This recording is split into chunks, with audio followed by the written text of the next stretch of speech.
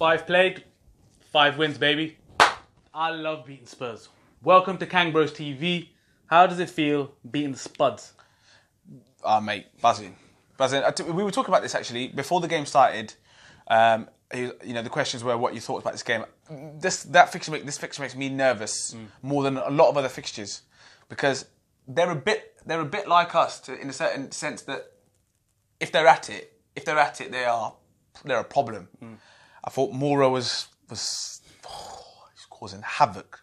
Gomez is getting found out a little bit. Yeah, that's another point that's got to be discussed. But on the whole, buzzing. We were wasteful. Yeah. But we were on it as well. But we were wasteful. And it was what I'm saying is weird because typically you look at Liverpool and they score a lot of goals, but I thought we were wasteful in front of goal. We could have made more of a few opportunities, but overall we've got the 3 points and it's a shame to concede a goal so late on, but it would have been nice to get 2-0 and get a clean sheet. Yeah, I mean, like you said, it could have easily been 6-7 if some of the opportunities that we had and some of the decision making was a bit worrying, like the likes of Mane and Salah. Like, is it just me, or is this guy suddenly hogging the ball a lot more? Like, I don't want to complain because the guy has got a lot of goals, but it seems like now that he's almost at his back of his head that I'm not scoring as frequently as I used to, and I need to just. Yeah, I think hogging is the wrong word. I think hogging is the wrong word. I just feel that it's the burden, isn't it? And it's expectation. I've said this before, and I said this to you, and I've said this on some of the previous videos, is that don't use his name in the same breath as Messi and Ronaldo. Because them mans, they're the boss. They're the boss. The longevity in what they've been doing is brilliant, and they've been doing it over a consistent period of time when defenders have been watching videos for them, and coaching staff have been watching videos hours after hours on how do we do this and how to do that, and they still find a way. This is the first season after what he's achieved for us last year, which was great, but it's the first time I'm saying now people are going to have plans for you. So what are you going to do now to counteract those plans? At the moment, he's being swamped out, he's being crowded out, and he's being kicked. I think he needs to just go back to a little bit back to basics and keep looking to go that way and stop trying to maybe drop in short and get the ball to feet too much. But equally, I think maybe accept that Mane's riding a bit of a wave at the minute. And my time will come because people are going to have to start switching their attentions to Mane, who's probably been that much better. I think so. It's not hogging; it's just accepting that it's not going to be as easy this year. Not easy is the wrong word. Should Spurs be worried though? They've just lost at home in this fixture, and I have to say we were quite clearly the better team. They were poor. Spurs were poor, and they were getting punished for the mistakes. They were just giving the ball to Liverpool. And then the other thing I would say is I've also yesterday clocked that. Not clocked for the first time, but it was really put under highlight and scrutiny is how much pace they lacked at the back.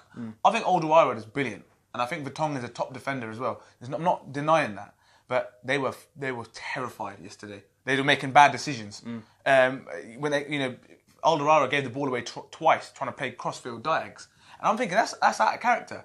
But equally, I saw Eriksen give the ball away, a simple 5-yard pass. I thought Dyer was made the scapegoat yesterday, but Dembele didn't help him out. The other centre-halves passing him the ball were poor. There were misplaced passes everywhere, and they were getting caught in possession a lot. I thought Liverpool's shape was very good, but the lack of pace when Davinson Sanchez hasn't played for Spurs is frightening. That's what I would say. And the tempo was off yesterday. And don't get me wrong, Liverpool were at it, but Spurs. No, that was quite a worrying performance. They need to get back to winning ways and quickly. Yeah, I mean, and let's not get twisted. I mean, the Spurs did have a couple of chances where they should have scored. I mean, like you said, Mora, Gomez was getting found out a little bit. I don't want to be too critical on Gomez. I will. Fair enough, but I think he's been playing very well. And it goes back to the thing that he did last season, where where he comes out, he steps out and he misjudges it. And it happened with Mora as well. Mora made him pay. Well, it almost made him pay with the goal. Made him look stupid. Made him look silly. And Harry Kane was non-existent for me. I think more to do with the Bandar. So VVD, this guy is just.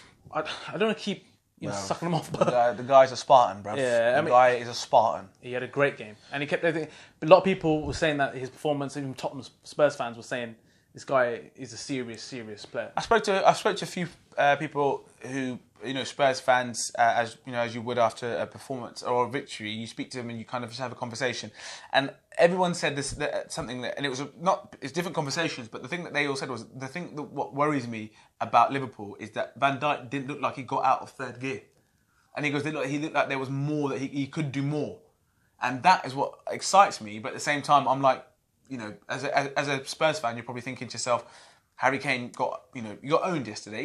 He does look tired, and maybe it's just the sheer amount, the volume of football that he's playing. I don't know, but he did look a bit.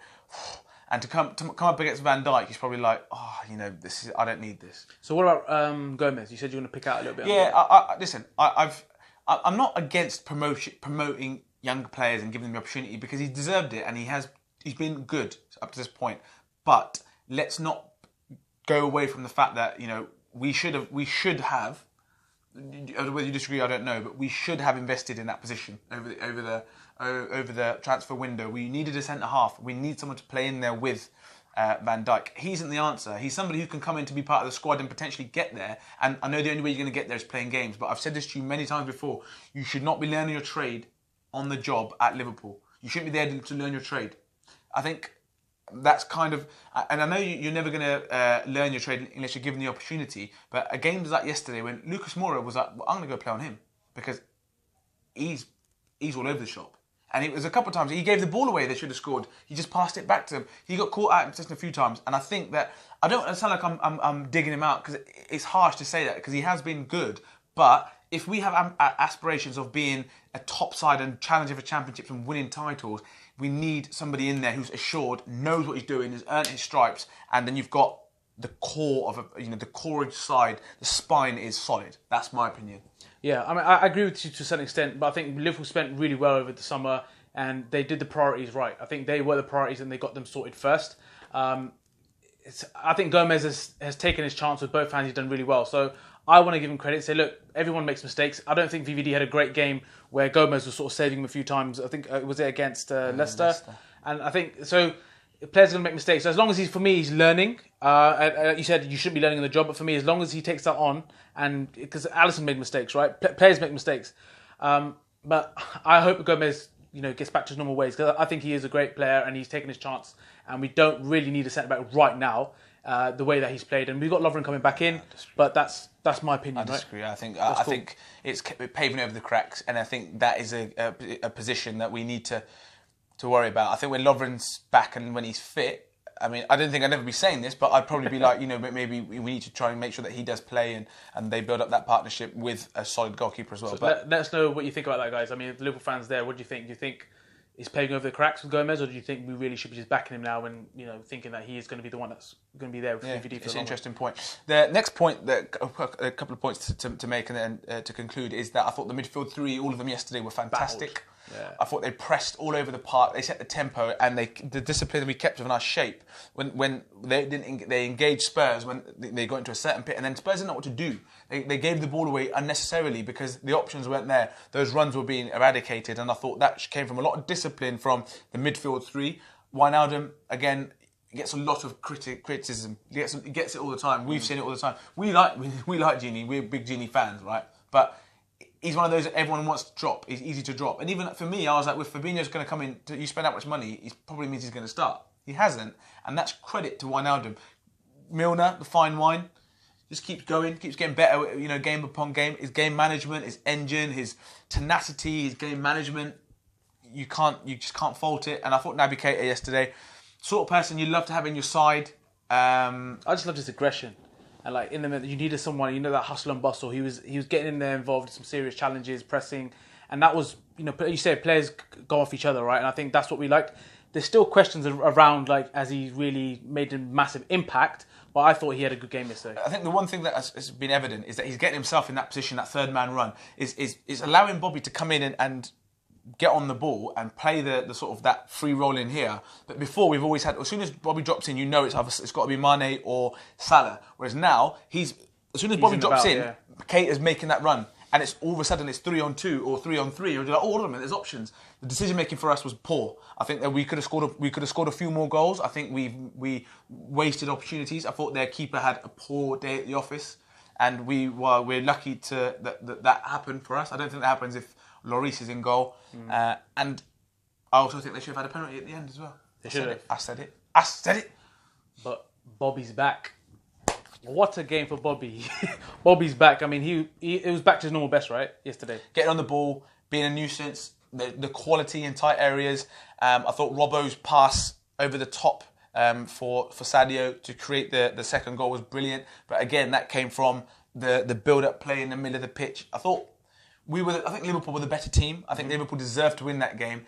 But let's be careful, because you put that performance in against someone like Man City and you wasteful like that, you'll get punished. And even Man United, you play like that against them sort of sides, Chelsea's, you'll get punished. They've got the Hazards, the De Bruyne's when he's back or whatever, and those types of players that will punish you. And I just felt yesterday, Spurs are probably starting to show their colours a little bit. Maybe they're a little bit weak. The strength in their side, the squad is a bit bare. Harry Kane isn't being pushed. Son is a brilliant player. The team selection for Spurs was a bit weird for me. Winks had game time, but listen, I wouldn't have been taking risks with him. I wouldn't have been taking risks with him. You'd want people that are going to battle and rat and be aggressive. I think it's more to do with the international break, and they, like you said, they didn't buy anybody over the summer as well, so they had to sort of think about what they were going to do. But I agree with you there. The last question being, with the second goal for us.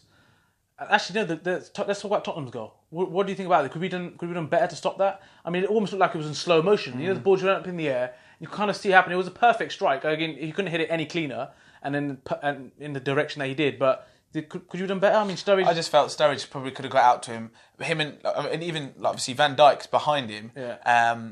If I'm Sturridge there, I just would be thinking, my natural instinct. Again, he's an attacker, but as a defender's instinct, I'd be like, I'm going to do whatever it takes to make sure that this ball hits my body. He didn't do any touches. If he takes a touch and then he just jinks and goes down the line, then fine. But at that point, you know that he's going to get shot off. This ball does not hit the target, and I don't think he did enough. He stood a hand behind his back and tentatively came forward. That's the only thing I would say. But that's me probably being very critical. But you need to be critical because you want to keep clean sheets.